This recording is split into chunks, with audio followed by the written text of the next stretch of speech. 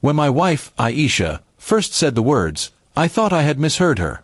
She looked me in the eye and calmly said, "Let me meet my ex once more, then I'll be ready to have a family with you." My heart stopped for a moment.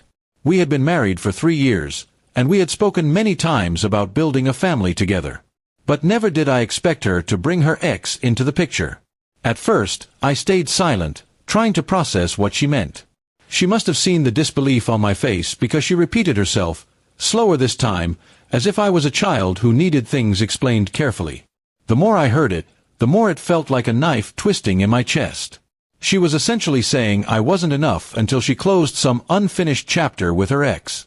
I asked her why she even wanted this, and she gave me a strange answer, "I just need closure. After that, I'll be completely yours." To her, it sounded reasonable. But to me, it was betrayal in its purest form. I had given her love, loyalty, and a life of stability. Yet, she was thinking about another man. That night, I didn't argue. I only nodded and told her I understood. But deep inside, I decided I would never beg for her loyalty. If she wanted to test me, I would test her too. I stayed awake, replaying her words again and again, and something inside me hardened. The next day, while she was at work, I began my own plan. I pulled out old contacts, friends I hadn't spoken to in years, and started reconnecting. One of them was Farah, a woman who had once liked me but stepped back when I got married.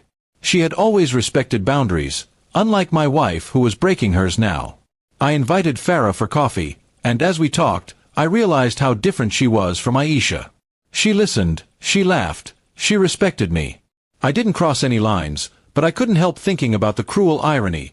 Here was a woman who would have given me the world, while my wife was asking for permission to revisit her past.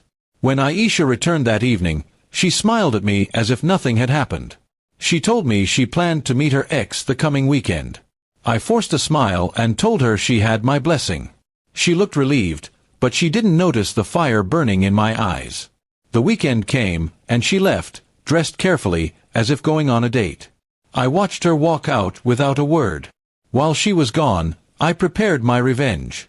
I gathered photos, text messages, and notes, proof of her request, and I shared the story with my closest family members. If she wanted to play games, she would do so under the light of truth, not in shadows. When she came back, she was strangely quiet, as though something hadn't gone as she expected.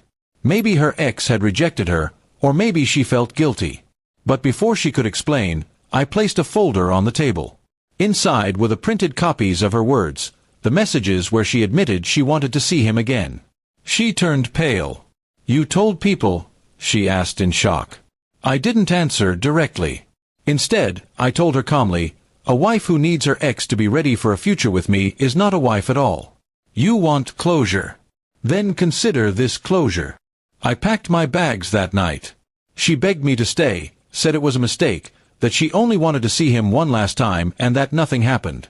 But trust once broken doesn't heal so easily. I walked away from our home, leaving her behind with her regrets. Weeks later, I heard through mutual friends that she tried to reach out to her ex again, but he wasn't interested. She had gambled and lost both men. Meanwhile, I had quietly continued seeing Farah, slowly getting to know her again. She respected me enough not to rush, and for the first time, I felt valued without conditions. My revenge wasn't about anger, it was about walking away with dignity and letting her realize what she had thrown away. In trying to keep one foot in the past, she destroyed her future. And I, the man she thought would wait patiently, had already chosen a life where I no longer had to beg for loyalty. In the end, her closure became my freedom. She was left with memories, and I walked forward with strength, determined never again to settle for someone who couldn't see my worth. That was the true revenge, living a better life without her.